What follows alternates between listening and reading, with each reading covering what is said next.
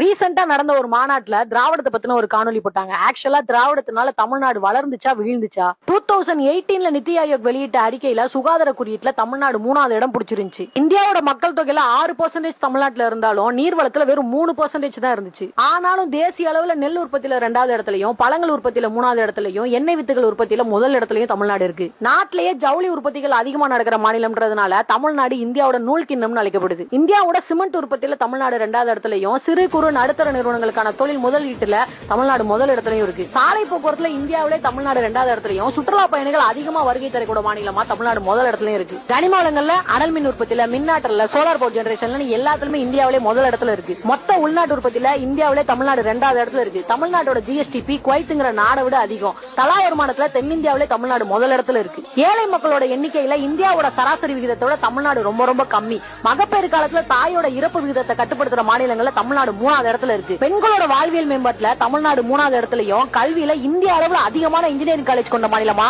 தமிழ்நாடு இருக்கு. உயர்கல்வி போற மாணவர்களோட சேர்க்கை விகிதத்துல இந்தியாவில தமிழ்நாடு தான் முதல் இடத்துல இருக்கு. அது மட்டும் இல்ல, இந்தியாவோட மருத்துவ தலைநகரம் சென்னை தான், வங்கி தலைநகரம் சென்னை தான், சவுத் இந்தியன் ரயில்வேயோட தலைமையிடம் சென்னை தான், வான்வெளி போக்குவரத்துல மும்பை டெல்லிக்கு அடுத்த இடத்துல இருக்குது சென்னை தான், ஏசியாவோட டெட்ராய்டு சென்னை தான். இப்படி எவ்வளவோ சொல்லிட்டே போகலாம். தமிழ்நாட்டோட மக்கள் தொகை இங்கிலாந்து, பிரான்ஸ், இத்தாலி, ஸ்பெயின் மாதிரியான கண்ட்ரிஸோட அதிகம். அப்படின்னா வெறும் 60 வருஷத்துக்குள்ள ஒரு மாநிலம் இவ்வளவு பெரிய வளர்ச்சி அடைஞ்சிருக்குதுன்றது பிரம்மாண்டத்தோட உச்சம். அப்படின்னா திராவிடத்தால தமிழ்நாடு வீழ்ந்து போகல, காலை நிமிர்ந்துச்சு.